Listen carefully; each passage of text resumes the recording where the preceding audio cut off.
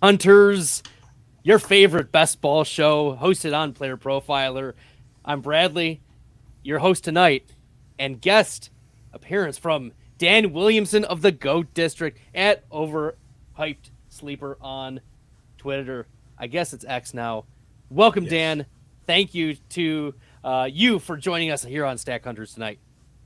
absolutely. Thanks for having me, Bradley. I really appreciate it. It's always fun when I can hop on a podcast with you because you've got so many different insights that just absolutely pop out at me. I'm like, why didn't I think of that? And that's that's a compliment to you. And I don't know. Maybe I need to be working harder at the statistical side of it. But you definitely have that aced, and I really appreciate that. So you're always somebody whose advice I'm looking at. When you say something out there on Twitter, on a podcast or whatever, that's information that matters to me. Well, it is always a treat to have you on, Dan. So thank you for taking the time tonight. Today, we're going to get into some players that are going to be really important for our fantasy football playoff push. So we've got 1 week until the fantasy football playoffs in most leagues. This is week 14. And then week 15 begins the playoff berth, especially in your underdog leagues. So make sure you guys are tuning in. We'll be right back after this bumper.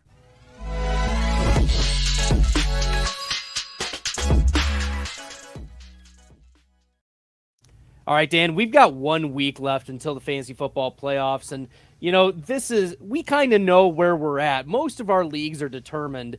We're going to make the playoffs. We're not going to make the playoffs. There's only a couple fringy teams usually where we're maybe, 7-6, 8-5. And, it's going to come down to tiebreakers, or it's going to come down to this week's matchup. And, we saw last week that there were some pretty chalky matchups. We saw, Philly versus San Francisco. We knew that game was going to be very interesting. Seattle versus Dallas. That was also a slugfest. These are the types of games that we wanted, pieces of. But were there any other, week 13 takeaways before we jump into week 14 and beyond? Yeah, this was probably the highest scoring 16 bye week I think that I've seen in a couple 3 years. I mean, I had teams that put up over 200. I saw a team put up 258 points in an FFPC, and it's just wild, because it basically the players that we all like, there are a lot of them that were getting 28, 30, 32 points, all that kind of stuff. And we got some solid contributions, and because of the fact that there were so many teams on bye, it took the decision making power out of a lot of people's hands. Where like maybe you might have in a perfect world not started DK Metcalf because you don't like him against the Dallas defense, but you probably had to start DK Metcalf, and you got rewarded with 32 points, and there's a lot of examples like that. So, sometimes having the smaller number of teams playing in total can sometimes help you out in a weird way. Yeah, sometimes it eliminating decision making is Yes. is the pathway. Keep it simple, stupid. Right? Right. That's the way we need to look at some of these things. And the reality is, we've established some good matchups as we go in to the fantasy playoffs and this last week. And so there are some players that have some positive matchups as we move forward. But I want to talk about a couple overlap players. So Dan has prepared some rest of season rankings, some dark horses, and some players that we want to be aware of. And I'm also talking about some positive matchups. So first, I want to lead in with some overlap between positive matchups and some players that Dan has identified as either good rest of season or maybe some dark horses or other players that we're both wanting to comment on. One of those to start is Brock Purdy. So he had an absolute slugfest of a game in week 13. Deebo Samuel obviously had some big plays. Brandon Ayuk was himself. George Kittle played very well. Christian McCaffrey was himself as well. Brock Purdy gets the Commanders in week 17, and I don't know how we bench him moving forward. This is all of his weapons are healthy. it seems like he is healthy. He's been a top 2 quarterback in 2 of the last 3 weeks for fantasy. He's not doing it on the ground, mostly through the air. Dan, I think there's only a couple quarterbacks that we're benching Brock Purdy for rest of season.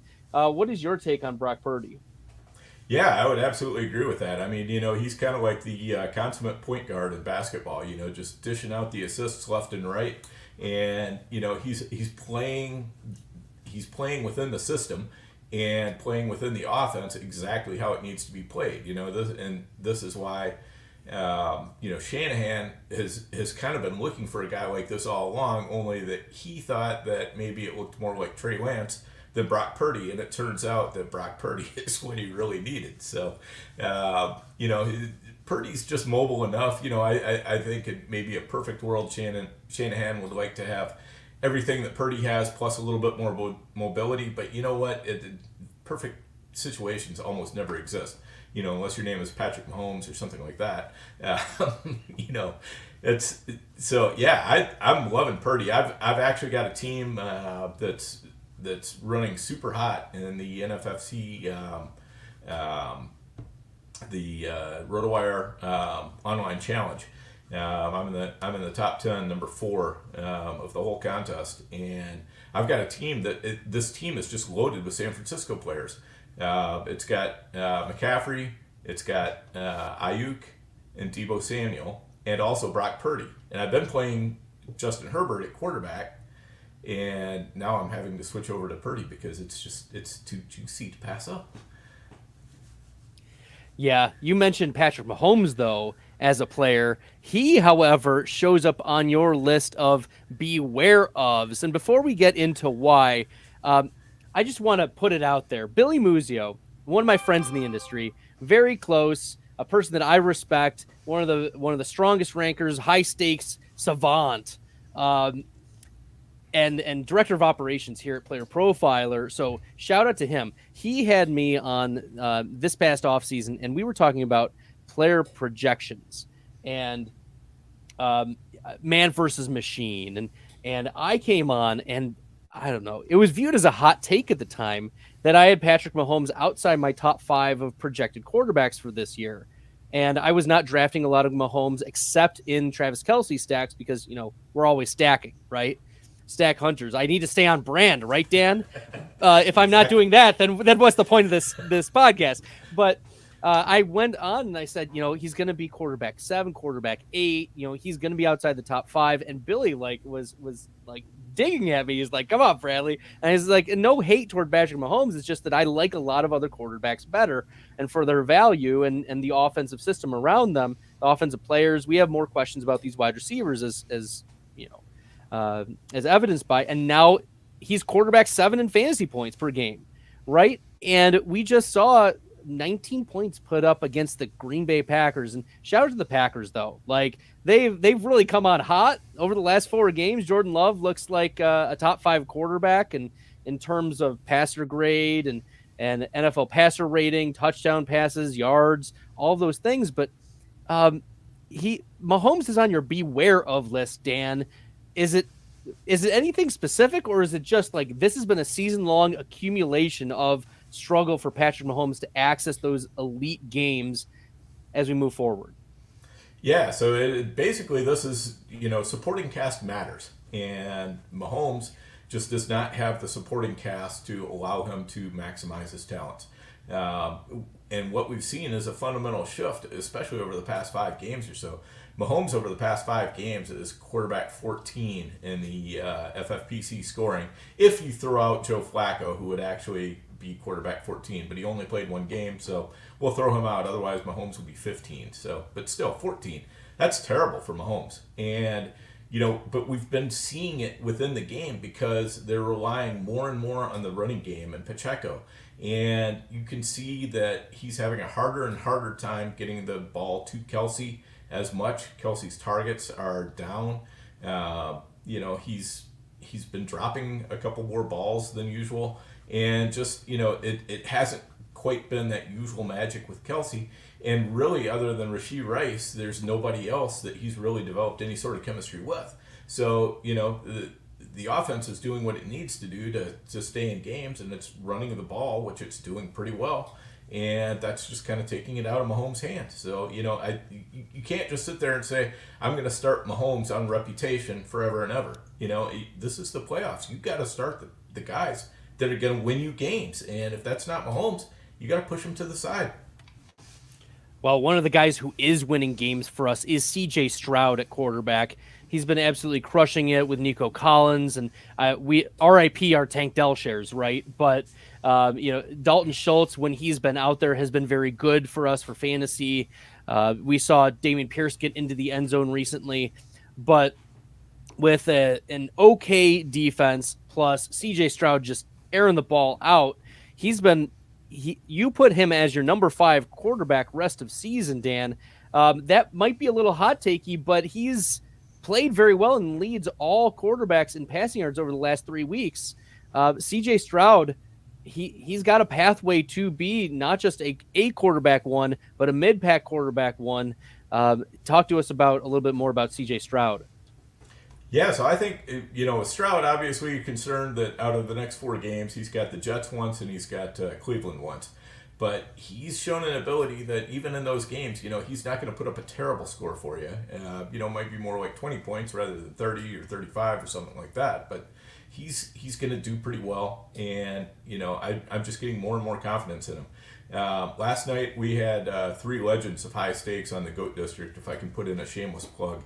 We had Nelson Sousa, Billy Wazowski, and Chris Vaccaro, who are they have all won hundreds of thousands, if not millions of dollars playing fantasy football. These are people who know the game. And we asked them straight out, would you rather have Patrick Mahomes or CJ Stroud the rest of the way? Every one of them said CJ Stroud.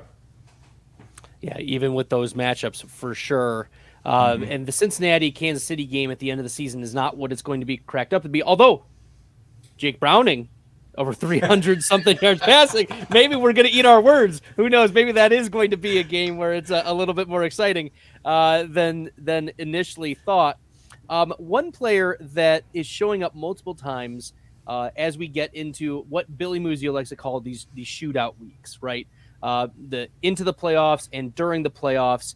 And that one of those quarterbacks is Russell Wilson. He gets the Chargers twice, once in week 17 and this past week, or this coming week, Russell Wilson versus the Chargers. And the Chargers give up the 4th most fantasy points to quarterbacks. And Russ has been quietly okay over the last 4 weeks. 3 of those 4 weeks, he's been a top 12 quarterback in terms of fantasy points. And the Denver Broncos, they have been on mostly a winning streak. I mean, they won 5 in a row. They did have that loss to Houston, but it was very close. And Russ had 18.8 fantasy points in that game. So I think Russ is in a good spot to be, if you are not sure about he's a safe pick. If you're not sure who to start, I think he's a pretty high floor. I wouldn't say a high ceiling guy because we've only seen one top 5 week from him. But if there are ever spike weeks, it's going to be against a defense like the Chargers that can give up a lot of fantasy points. So Russ shows up for me twice. I think he's more than just a streaming option moving forward. Yeah, to really unlock the Russ Wilson ceiling, you need to see the Denver defense break down a little bit somehow. And, just allow more scoring than they've been allowing for, basically ever since the Miami game. So that's the problem, is Russ is a little bit more game managerish right now, as you were saying. Nice floor, but, Sean Payton won't hesitate to take the air out of the ball after they get a 10-point lead. Here's the wild thing, Dan, is Russell Wilson. Yes, he's been a top 12 quarterback 3 of the last 4 weeks, but he's only thrown for more than 200 yards once since week 4. And even during that span, he's also been like quarterback 14 and 13 and 9. Like, he's not like completely busted for us. A mid-pack quarterback too is pretty much his floor. But the ceiling just is not there. You mentioned because of the defense, but I also wonder if it's because they're not using arguably their best and most talented wide receiver, Marvin Mims, right? Cortland Sutton has been very good for them, but Jerry Jeudy is not. So the question is Sean Payton going to use Marvin Mims sometime during the rest of the season? I hope so.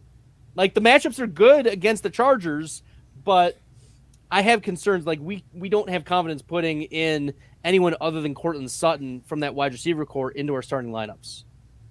Yeah, that's really it. And I just, at this point, no, I don't have confidence that Mims is going to get used. I had nearly 50% Mims in my redraft leagues this year, and I had a lot in best ball too, Dan. Yeah, I had plenty of best profile. Ball, yeah. He's the profile that we wanted. Right, exactly. And so he I don't know too many people that were more invested in Mims than what I was, but it's not happening. And there's a few of those redraft leagues where I have actually kicked Mims to the curb in the past week or two, because you know what, I need to find some guys who can contribute for me over the last few weeks of the season, and I'm just not seeing it from them. So. But what I need you to do, Bradley, is I need you to dig in over the offseason and explain to us how Russ could be a top 12 quarterback that often and only throw for 200 yards once. So that's your assignment if you choose to accept it. Well, it's if you look back for the last 5 games for Russell Wilson, he's had at least 30 rushing yards, and 2 of those games he's had rushing scores. So that is a significant amount of fantasy points on the ground. So he's been a little bit more mobile, even though he's not getting the passing yards that we're anticipating. So even in the game against Minnesota, where he threw for 259 yards, 27-35, 77% completion, passing touchdown, he only had 2 rush attempts for 1 yard. So that's not going to get it done when it comes to fantasy goodness from the quarterback position. That's, I think, why. And at least Russ is willing to run a little bit more. We've seen, 4 of the last 5 games over 30 or more rushing yards. And then even before that, we had 3 other games. So 7 games so far out of 12 where Russ has at least 30 rushing yards, plus the possibility of rushing touchdowns. So that's why, Dan. I don't need to do the calculus for you, but maybe we can do a little deeper dive, in the offseason. Nevertheless, before we get into any of the other positions, a word from our sponsors. It has been 2 years since Josh Larkey paved the way for fantasy gamers to start expecting positive returns from pick'em games, specifically underdog pick'ems. And how do you do it? Well, you look at a slate and you find a great shootout or a sneaky shootout. You also look for a shit show game. 3, 4, 5, 6 guys in one game. That's right. You can do it. You can do it. And you can 100x your payout on underdog. Think about week 1. Jets-Bills was a shit show. Did we see the Aaron Rodgers injury coming? No, but we knew the Jets have a good defense. We knew the Bills have a good defense. Why not expect the worst? And the worst is what we got. So if you had gone Dalvin Cook less than, Garrett Wilson less than, Aaron Rodgers less than, Josh Allen less than, Gabriel Davis less than, boom, boom, boom, boom, boom, boom, boom, you can go 6 for 6. Same thing in week 2. Oh, week 2. Oh, sneaky shootout there in Philadelphia. Minnesota's going to be in comeback mode, so we'll go Cousins, Jefferson, Hawkinson, more than. Madison, less than. But also, Swift, more than. Boom, boom, boom, boom, boom, boom, boom, boom. That's how you do it with the underdog pick'ems, and you use promo code Underworld to get a 100% instant deposit match up to $100. You put in $100, Underdog matches that deposit up to $100 with promo code Underworld. Go start picking. That's right, everybody. Go start picking on Underdog Fantasy. Use promo code Underworld. That's phenomenal. That's great. Okay, this is fantastic. Dan is here. Good radio. Great radio. We will stay with the Chargers Denver Week 17 matchup, Dan, because there is a little bit of, not a little bit, there is a lot of anxiety over one player because he gets Denver twice, and supposedly it's a good matchup, and supposedly he's going to smash, and we've seen previous production and elite fantasy scoring from this player, but fantasy managers are worried because he's been busting lately. What are we going to do with Austin Ekeler? He gets the Broncos twice. We think with Mike Williams gone and Josh Palmer out of the lineup and an ineffective Quentin Johnston and Gerald Everett in and out of the lineup that maybe, just maybe, Austin Ekeler would be the answer to our fantasy prayers, but he's not been. How are we as fantasy managers supposed to approach Austin Ekeler, who does not look like the Austin Ekeler of the past? Yeah, he's a tough guy to be throwing in your starting lineup with money on the line or reputation or whatever it is that you play for in fantasy football, and it's just tough. But on the other hand, how many better options do you really have? I mean, we know what his ceiling is, and we know what this offense is capable of. I kind of wonder if maybe getting Josh Palmer back might give him a little bit of a sneaky boost as well. I don't know if we can hope for Palmer back this week, but maybe next week we can get him back, and that might be what it takes. But Ekeler seems like a guy who misses Mike Williams probably as much as anybody, because Williams stretches out that defense more than anybody else has been able to since he went down. So I think that has something to do with it as well. But it's tough with Ekeler right now. You're terrified to sit him and you're terrified to start him is basically what it comes down to. Yeah, over the last 3 games, Austin Ekeler, running back 32, 36, and 34. That's not getting 6 fantasy points and a half PPR, 6.9, 3.7 against New England? Against New England, right? In the rain, no less. I mean, that should have been a total running game. I mean, just hand to Ekeler over and over. Yikes. Which they did. Yikes. It just didn't go anywhere. Yeah, 1.3 yards per carry in that game. Holy buckets. It's been disastrous, but also through the receiving game. Eckler's been held to single-digit receiving yards in 2 of the last 3 games.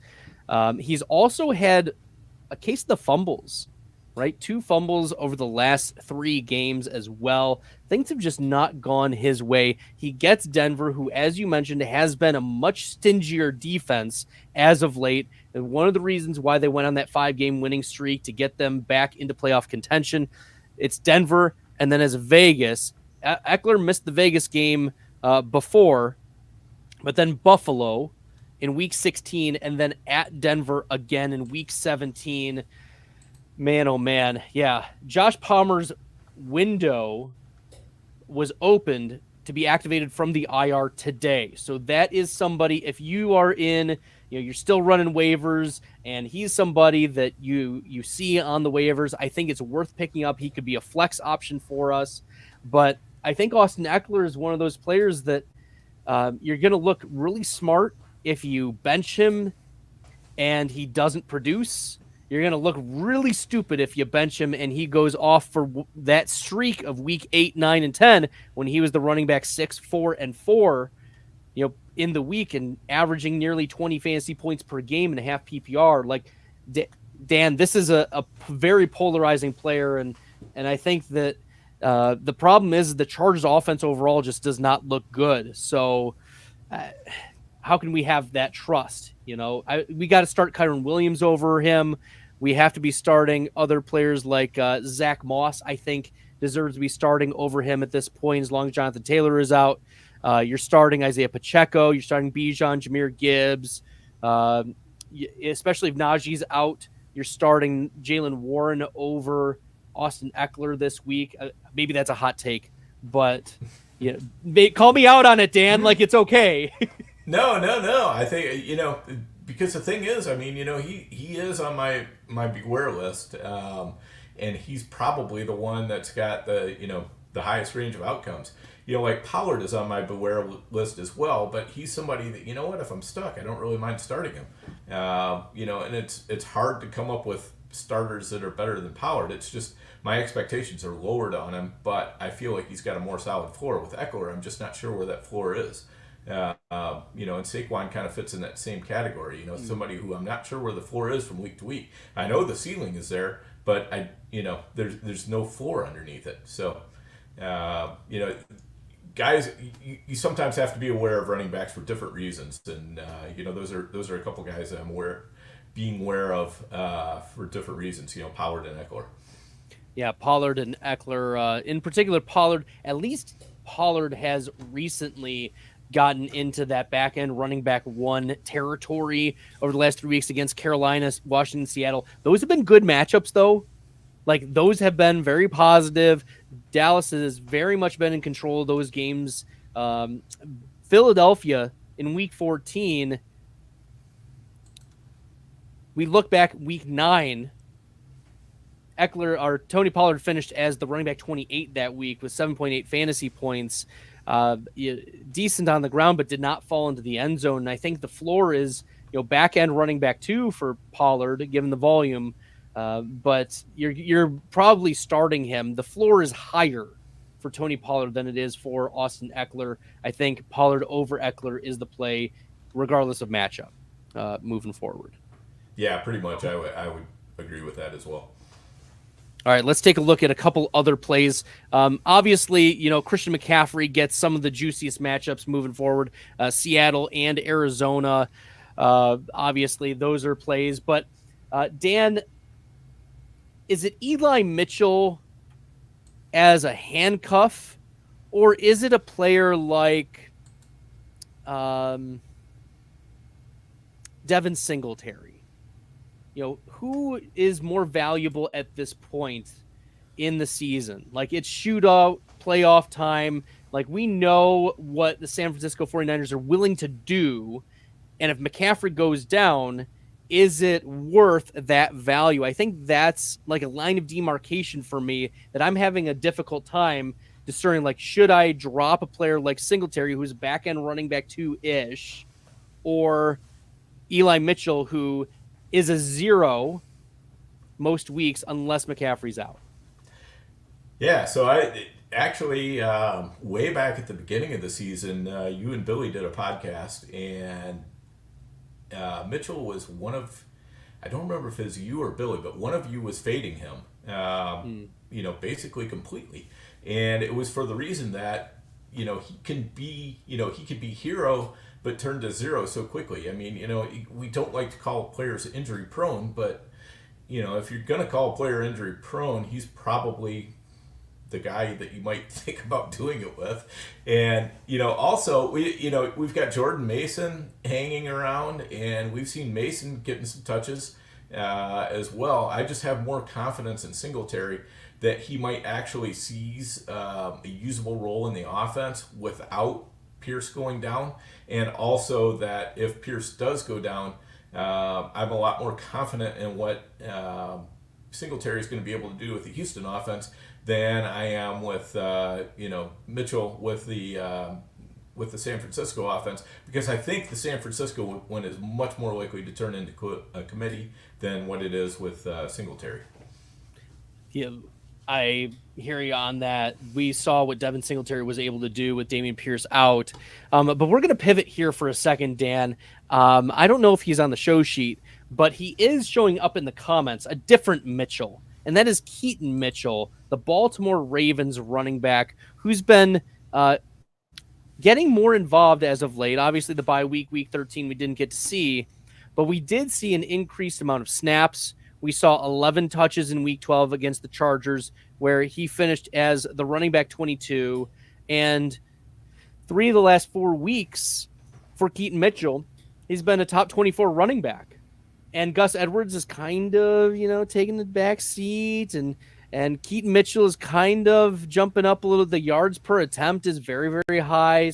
Granted, small sample size. Billy was very much touting Keaton Mitchell in the offseason. So one person asked, are we starting Keaton Mitchell or Austin Ekeler? And I think it's still Ekeler at this point. But if there's valid reasons to be considering Keaton Mitchell in this Baltimore offense, given what we saw from Gus Edwards earlier, and if Keaton Mitchell can earn a larger role, look out. Yeah, so Brad, go ahead. Just, give it a little sniff under there. You know what that is? That's touchdown deodorant, and that's all Gus Edwards has had.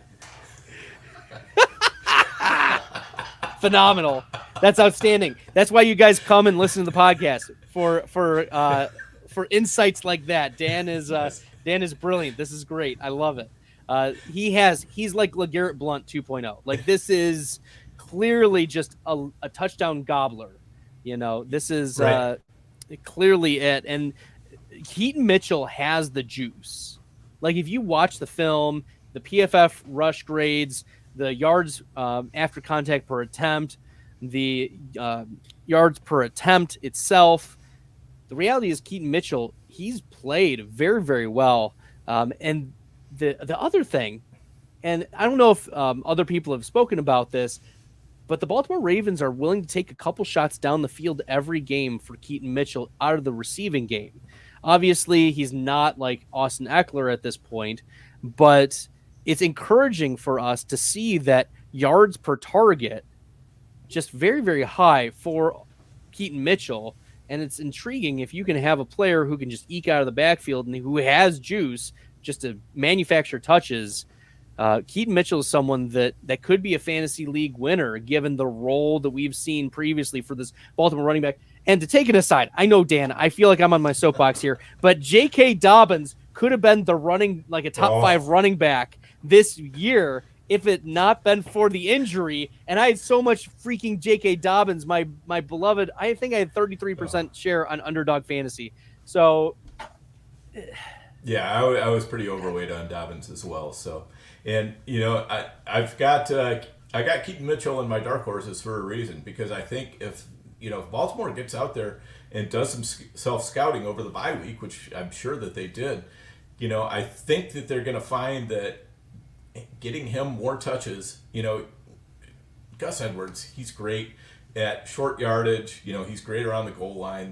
They will continue to use him there. But Keaton Mitchell helps them replace Mark Andrews much more than almost anybody else, because he can get open in the middle of the field. He can do some things speed-wise that just hardly anybody else can do on that offense. And Zay Flowers, great player, but he's not he's not going to be the guy who 1-for-1 replaces Mark Andrews. I don't think, I think that Flowers is, he's going to be somewhat better than what he has been, but I don't think Flowers is going to be the league winner. If a league winner comes out of this whole situation, I think it's probably going to be Keaton Mitchell. You guys heard it here first. Keaton Mitchell as the league winner. Dan Williamson bringing the heat. Okay, one last running back from our outline here. We're gonna pick on Devon Achane.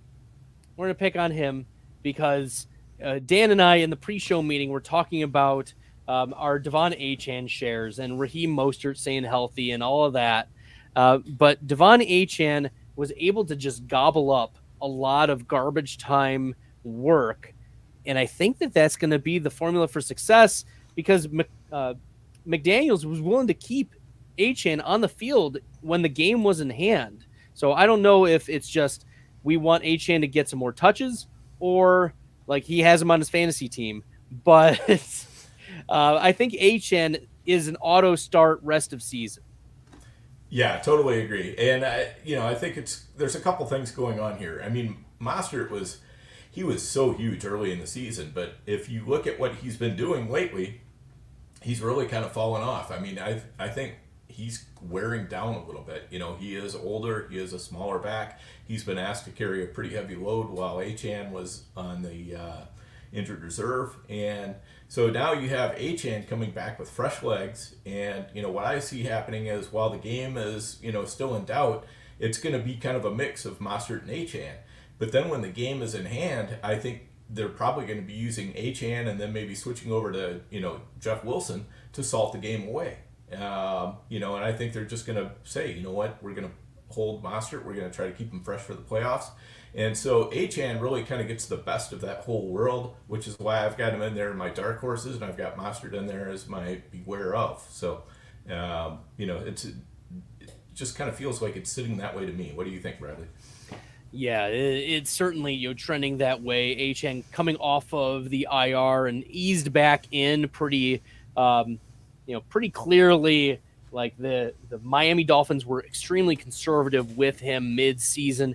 based on just reading the tea leaves, he could have come back early and not been placed on the injured reserve based on what I was reading in the coach speak and understanding out of the beat writers. But the Miami Dolphins went out of their way to make sure that their rookie sensation speed guy was not being overused, especially in the middle of the season where they could be leaning on Mostert and Jeff Wilson was back. And it's okay for them to be waiting for Achane to be spiking near the end of the season so that they can secure playoff position. And also, I know that like outwardly, it may not seem like teams want to be striving for NFL records, but it's clear that if you have any sense of what's going on with Miami Dolphins and the fact that they're on Hard Knocks and that McDaniels he's aware of the possibilities of Tyreek Hill getting that 2,000 yards, of possibility of Tyreek Hill becoming MVP, the possibility of setting the NFL record for most yards total for an NFL franchise. Like those things very much are within the narrative that the Dolphins want to achieve. So as we go near the end of the season, I wouldn't be surprised if they do try to have games where, like the Denver game, where they continue to salt the game away.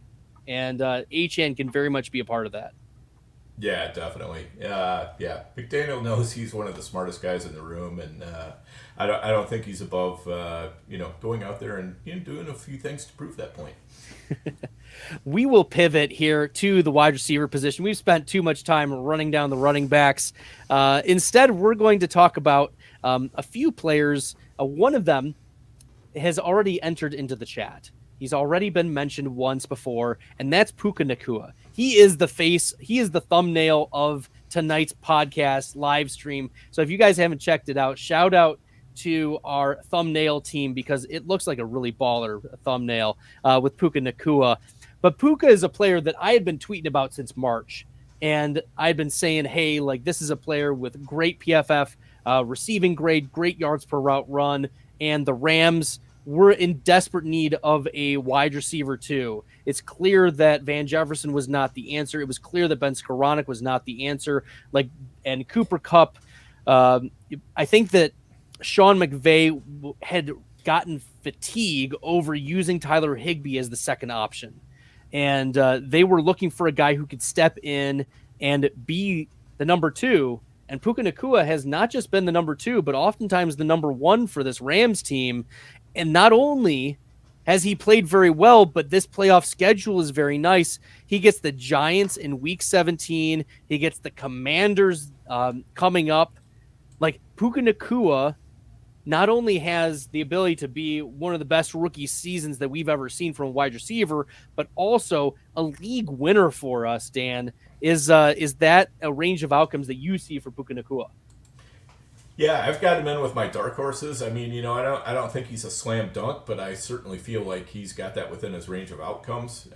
We've seen kind of the transition of Puka being a little bit more of the number one, Cooper Kupp being a little bit more of the number two, and you could even argue that Higbee and is almost passing Kupp at this point. And I think that Kupp is really not at full strength. I think that ankle is still bothering him. And so there are reasons behind it, but it doesn't really matter at this point what the reasons are. What you've got to do is just react to the situation, and that puts Puka square in the crosshairs if you're looking to find somebody that can bring you to the championship. And maybe you're not blessed with a Tyreek or a CD or a Keenan Allen or AJ Brown or somebody like that. Puka's your guy. Puka is your guy. You guys heard it here. Dan and I are in on Puka Nacua as one of Dan's dark horses. Another dark horse for you, Dan, is Mike Evans, and he's been one of the.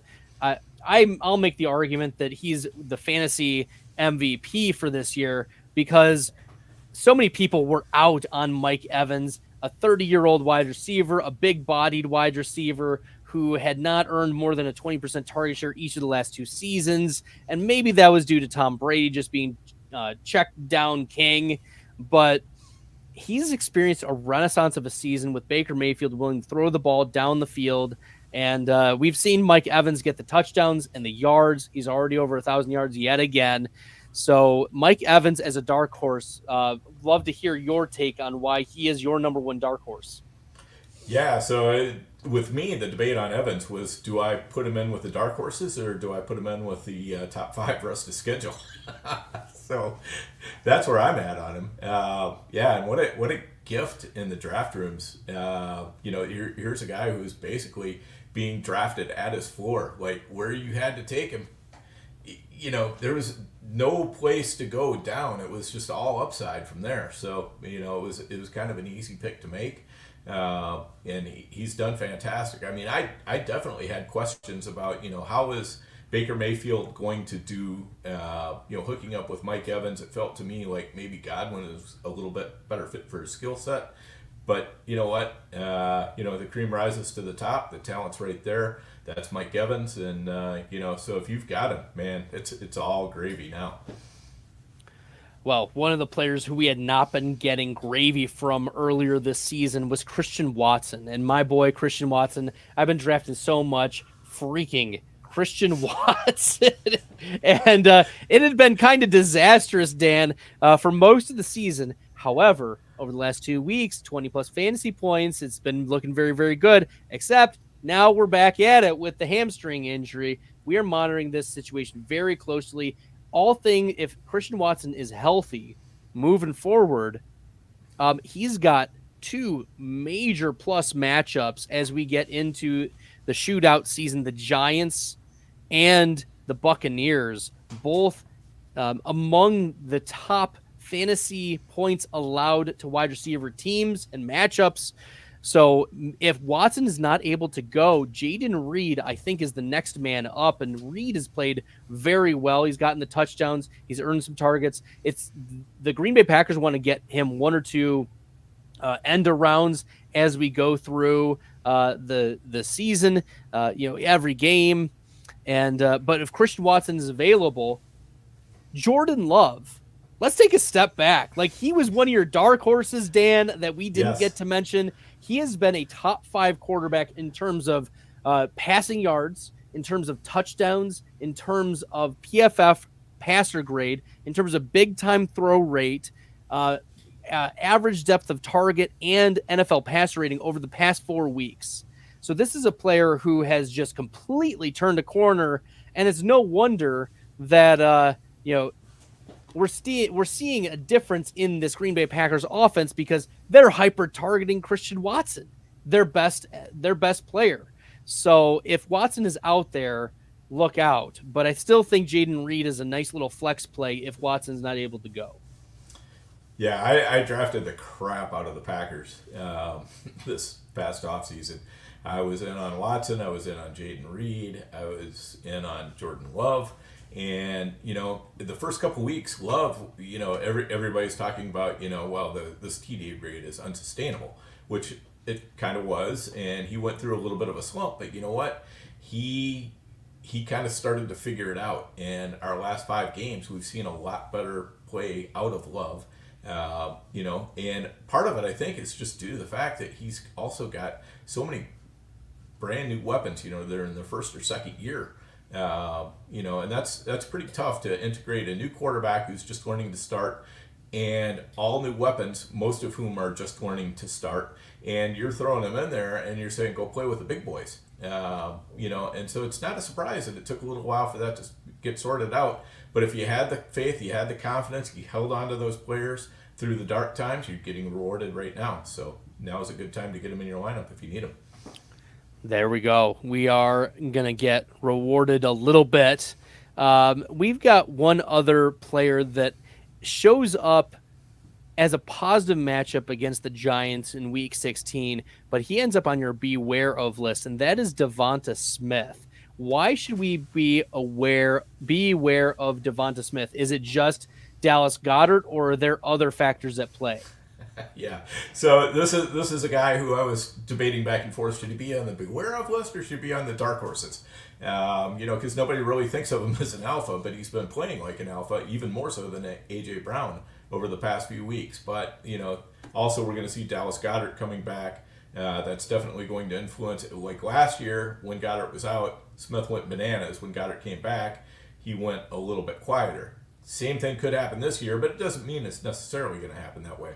I mean, teams are still very much more cognizant now of A.J. Brown and how he can wreck their defensive game plan. And so they might still be putting the clamps on A.J. Brown, and it might be, Devonta Smith and Goddard. So, I think there's a wide range of outcomes here. If you unless you're really stacked at wide receiver, I wouldn't be not starting Devonta Smith, if that makes sense. Yeah, we're gonna be starting Devonta Smith in most matchups because, well, the reality is too, just because Dallas Goedert is there does not mean that Devonta Smith is not going to get his. He's still going to get his 24% target share. Like that's what he's going to get. The volatility though increases when Goddard is in the lineup. The volatility is there. Like if we look at last season when Dallas Goedert was in the lineup, it was only 4 of 9 games where Devonta Smith was fantasy useful.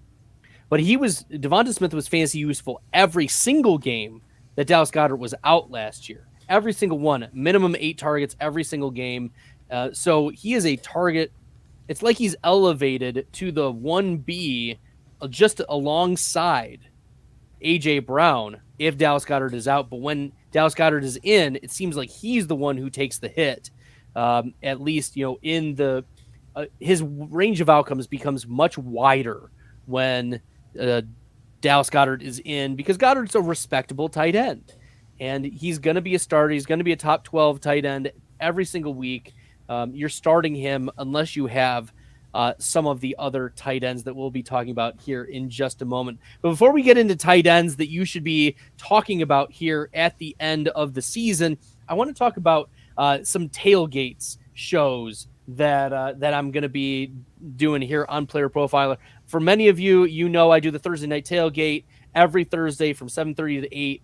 I do start sits. It's one of the best start sit shows because many of you are coming to me saying, "Hey, I need to start my week strong. I need to make sure that my Thursday night player is not my flex. He's in my running back or my wide receiver slot, and I need to know if I need to pick him or someone else." And so on Thursday, this Thursday, 7:30 to 8, Emerson Berry is going to be joining me, and he's one of the writers for the news desk. So if y'all haven't been to Player Profiler in a while and you haven't seen some of the player pages, make sure you go there and check out. Our news desk writers have put over 200 articles in the players, giving you updates on injuries, on depth chart shifts, on performances that are noteworthy just this season. And we have a humble crew that is working their tails off to put out that many articles for you, very tailored to your needs. So, that's something that shout out to them and shout out to Emerson and the rest of the news desk team, because you guys have been crushing it. But on Thursdays, 7:30 to 8, make sure you guys are checking that out. And then I was on Tyler's Monday night tailgate this past Monday, 7:30 to 8:15 or so. And that one is more based on recapping the week and then also looking at some pick'em lines, just like our friends at Underdog Fantasy have available to you. Use the promo code Underworld, get a $100 match up to 100% deposit match up to $100. Dan, I think I got that promo in right that time. That fantastic, yes. And the underdog pick'ems, they're so addictive. I mean, my God. They are. Thank goodness, in a sense that I don't have them here in Michigan, or else, it would just be so addictive. That's a whole other story for another night. But make sure you guys are checking out the tailgates Thursday, 7:30 to 8, and Monday, 7:30 to 8:15 as well. Dan, we're going to shift back into our tight end matchups, and we've kind of hit on the Broncos and the Chargers game pretty heavily because they match up multiple times, but the Broncos have given up a lot of fantasy points to tight ends, and Gerald Everett is on that radar, and it's gross. It's disgusting. I get it, but, we saw just this past week, the Cincinnati Bengals, who are a very positive matchup, give up the first touchdown of the season to Evan Ingram. So there is something to the Well, they give up fantasy points to the tight ends because it's probably scheme based. And so the Broncos are willing to allow fantasy points to the tight end if they can limit fantasy points to the wide receivers. And that's, I think, why, if you're looking for a tight end streamer, Gerald Everett is on our radar as he gets the Broncos twice here over the next few weeks. Yeah, totally agree with that. For my money, there is no better position to stream based on the defense that they're facing than the tight end. Those defenses that weak performance to tight ends, it happens over and over and over again during the season. The wide receivers I find not quite as reliable. The running backs I find not quite as reliable. But those tight ends, man, a defense that's bad against a tight end, you can throw almost anybody in there, and they're going to do pretty well. Conversely, with the defenses that are super strong against the tight ends, I really watch out for those. And, sometimes I'll sit a player that I normally would not be sitting. Like I might start a Keaton over a Dalton Schultz or something like that. If Otten's got a really good matchup and Schultz has a really bad one. So that tight end matchup is the one I pay the most attention to when we're talking about the defensive side. That is fair. And then we also see later on in the matchups, we mentioned the Broncos have the Chargers, which means the Chargers have the Broncos. And maybe it's Greg Dulcich who's going to be activated off of the IR here soon. We haven't heard much of a whisper about him, but maybe he's still hanging out on your waiver wires. That is a deep cut if you want to be getting in on the tight end. Maybe it's Adam Troutman, maybe it's Dulcich, but if you're looking for just a pulse at tight end, you've been decimated. They get them as well. The Chargers give up the fourth most fantasy points to the tight end. Broncos give up the number one. They give up the most. So very positive matchups between those two. I would be very interested to see how that shakes out. But Dan, there's one other, and this is a really deep wild card type of take, and that is the tight end for the Colts. It's kind of a hot mess because we don't know who it is, but Billy Muzio has given us one name that we should have on our radar. So shout out to Billy, and that is Will Mallory, the rookie tight end, and fifth round pick. His player profiler comp is Josh Oliver, 95th percentile 40-yard dash, 93rd percentile speed score, 82nd percentile catch radius. And Gardner Minshew is willing to just whip the ball around. Minshew mania, baby. And so we look back at Will Mallory over the last couple weeks, 7 total targets. He's at 34% snap share in week 12. Against Tennessee, obviously, also very involved here. And the Colts get the Bengals, who give up the second most fantasy points to tight end, and maybe the first now with the Evan Ingram game. But the Colts also get the Falcons as we end the season. So is it Will Mallory, or is there someone else, or is it not worth diving into at this point? Yeah, it's a little bit tough because Kylan Granson just kind of seems to be there to, steal Will Mallory's lunch money. It's like Granson had a 40-yard catch, didn't he, in one of these games? Right. And the thing is, Granson seems to come up with these random big plays. He never gets that heavy of usage, but a lot of times he's been the top scoring tight end on the Colts. So that's been one that I've tended to just stay away from, just because I have a hard time understanding who is likely to come out with the best score. And you really, with the Colts tight ends, they play them all enough that you really have to guess right. And I just don't like putting myself in that position if I don't have to. Well, a position that many of us have put ourselves into is starting Dalton Kincaid, because Dawson Knox has been out. The Buffalo Bills have gone to, single tight end personnel. It's clear that Dalton Kincaid has been, a significant part of this game plan. But how worried are you that the Bills are going to revert back to a lot of 12 personnel with Dalton Kincaid and Dawson Knox now that Knox's 21-day IR window has been opened? Yeah, I'm definitely worried about that. I have him on my beware of. I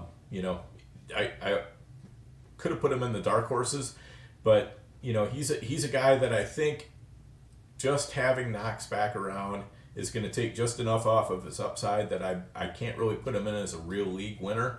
I still think he's got a very solid floor, though. So, if you're normally starting Kincaid and you really don't have a great option, like a Hawkinson or a Laporta or somebody like that, you got to keep starting Kincaid, and probably things will work out fine. Yeah, Hawkinson, Laporta, McBride, Yep. Kincaid. Laporta, McBride, Kincaid have really come on strong. One player that has been placed on the IR and is out for a couple more weeks, but may be back near the end of the season, is Luke Musgrave. And Musgrave's had 4 different games where he's had at least 40-something receiving yards. And with the pivot that we've seen from Jordan Love, I wonder if he's also somebody that could be on our radar that's really cheap and people have forgotten about given the injury. Yeah, so if you're in a league where rosters lock and you really need to, you're struggling to come up with a roster position, I think it's probably okay to drop Musgrave just because it's a lacerated kidney. That's tough to come back from. I wouldn't say never, but you're more likely to see him like maybe week 17. And I just don't know if it's worth hanging on to him because let's say he does, get back, start practicing, and the week 17, okay, we're going to have him active, and he's going to be in the game. And Tucker Kraft has been, let's say, doing what he's been doing for the past couple weeks. How confident are you going to be starting Musgrave and sticking him into your lineup? For me, not super confident. So I have a few teams where rosters lock after this week, and I said, you know what, bye Musgrave. I just need to move on. I need to have a player that I feel like can potentially be there for all 3 weeks of the shootout instead of just one. So, but I do think he's a great player. He's somebody I'm very high on, especially for next year. Yes. I think he could be every bit as good as McBride or Laporta or Kincaid. So, I think there's a ton of upside there. So I'm not down on him overall. I just think with the situation right now, sometimes you just got to make those tough decisions, and that's one of them for me. Yeah, unfortunately, Musgrave is not looking available anytime soon. So yeah, it definitely play it by ear for those types of situations where the rosters lock. Dan, it has been an absolute pleasure having you on, dissecting these playoff and shootout potential players, these players that are going to push us into the fantasy championships. You're at Overhyped Sleeper on Twitter. Give us the drops, give us the goods, tell us about all the things Goat District and beyond, Dan. Yeah, absolutely. So again, Goat District, we're on Player Profiler every Tuesday night at 9:30 Eastern. So make sure you catch us there. Last night we had a great episode with Nelson Sousa, Billy Wazowski, and Chris Vaccaro, who are, as I said earlier, 3 of the greats in the high stakes business. If you get in the room with them, you don't need to look around and try to figure out who the mark is. It's you. So that's just the way it is, so we have a lot of fun on Tuesday nights, just going over general fantasy, and we hit a little bit of everything from dynasty to redraft to contests and everything else, best ball. And then Thursdays, you'll generally find us, JD and Harry Snowman, who is in the chat. They've been doing a Thursday tailgate where they go over the Thursday game in pretty good detail, a lot of the gambling implications and so forth like that, and also some sit starts and everything else. And then Thursday night, sometimes we do just an additional similar thing to what you do on Thursday nights, which is just a lot of sit starts, kind of a little bit of a tailgate, and let's get ready for the game. So lots of fun there. You catch me on Twitter, Overhyped Sleeper. Drop the final E from Sleeper. There just weren't enough characters, so that's the way it goes.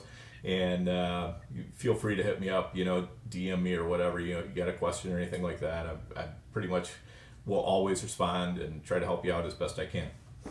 Yeah, Dan is absolute superstar when it comes to supporting people in the industry. I mean, he was my 1,000th subscriber on the Best Bell channel. So shout out to Dan. Never forget that. So thank you for all of that and all the support. It's been great, Dan. Thank you so much. The next Stack Hunters, we don't have a date yet, but we do have our next guest, and that's going to be Darren Armani. We're going to talk about the FFPC and some of the players that are moving on in the best ball tournaments and some of the data that he has. Darren is a great resource, of course. So make sure you guys are checking out the next Stack Hunters. When that date comes available, I will let you all know. But usually probably going to be in a couple weeks. So keep your ears and eyes out for Stack Hunters. I'm going to be on all of the things. Dan, I was on Monday's tailgate. We had Stack Hunters today. I'm going to be on the Thursday tailgate tomorrow. On Saturday, I'm going to be on the game. I think I'm going to be on the game plan for Matty Kiwoom on Saturday. And then later on Saturday is the Dominator with Billy. So it is a full-on player profiler Stalder slaughter here. So make sure you guys are checking out all of those shows. It's going to be a lot of fun. Dan, once again, thank you for coming on and being a super guest. Yeah, thank you for having me, Bradley. Really appreciate it. Sounds like a great week, man. Bunches of Bradley everywhere, just inescapable. It's perfect. So, yeah, check it all out. It's going to be worthwhile for sure. All right. Until next time, everyone, good luck in the fantasy football streets. Hey, I want to take a moment to thank you for tuning in. It's important to me that all of our media be free. This is only possible because of you allowing a true independent sports media enterprise to thrive unlike any other in the business. So please subscribe to the All In Package to continue to make all of this possible, to ensure that all of our stats, information, data, content is available to you, especially you, the people that get the site and get the show.